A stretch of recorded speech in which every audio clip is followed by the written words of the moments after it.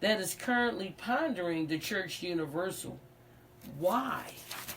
And I ask this question to all of my Christian leaders who are on here today. Why? Why are many not just leaving the church, but just no longer choose to worship? Do they doubt the power of the Christian community? Now let's digress just for a minute, and I'm almost done. Yesterday, the Eagles showed the world that they are NFL Super Bowl worthy. If you listen throughout the game, so many commentaries were made that kept defining the team as they're not worthy of their abilities because the star injured quarterback Carson Wentz was hurt. In fact, one commentary stated that when Carson went down for the injury, it appeared that the Eagles were done. The game before this game was with Dallas, right, against the Eagles.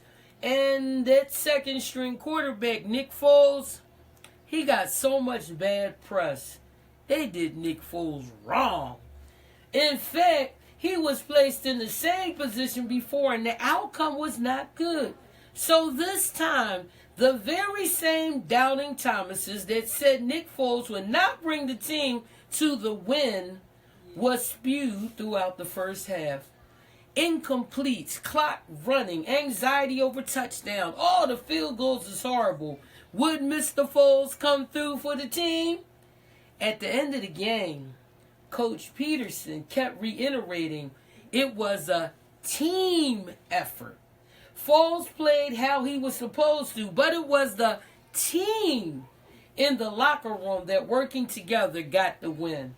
Feels good to know that Philadelphia has a winning team. Oh, I got to say it again. Let's get it out. E-A-G-L-E-S, Eagles! Woo! Anywho, so do you know the team trusts the process? I do. When they decided to let go and let God lead them, stop listening to that negative chatter around them, they became laser focused and they won. It is the same story of the husband and wife.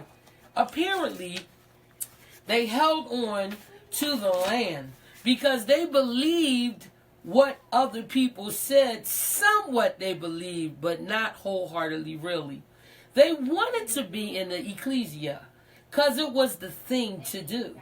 No other community allowed women and men to worship a God of miracles together. In this biblical mindset, although they believed somewhat, they did not trust the process. Because if they did, maybe their outcome would have been different. Was God showing his authority by allowing them to die? What is the lesson that God gave you in this story? How about Proverbs 3, 5, and 6? It says to trust in the Lord with all your heart and lean not unto your own understanding. In all your ways acknowledge him, and he will direct your path. So, 2018, here's what I want you to think about. Trust the process. When it looks bleak, trust the process. When your friends are no longer friendly, trust the process. When bills are due and you have no money, trust the process. When you pray and wait for an answer, trust the process. When you feel sick and you want to feel better, trust the process. When you're winning, trust the process. When you're losing, trust the process. When people say you believe in a pagan God, trust the process. When you have to stand alone by yourself, trust the process that God will come through even for you. Trust the process that Jesus has already done it for you. Trust the process.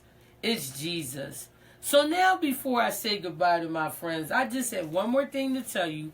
Tomorrow, January 15th, throughout the country, except I think in Arizona, we will celebrate the Reverend Dr. Martin Luther King. He's a pioneer who fought for the civil opportunities of all people and social injustice throughout the world.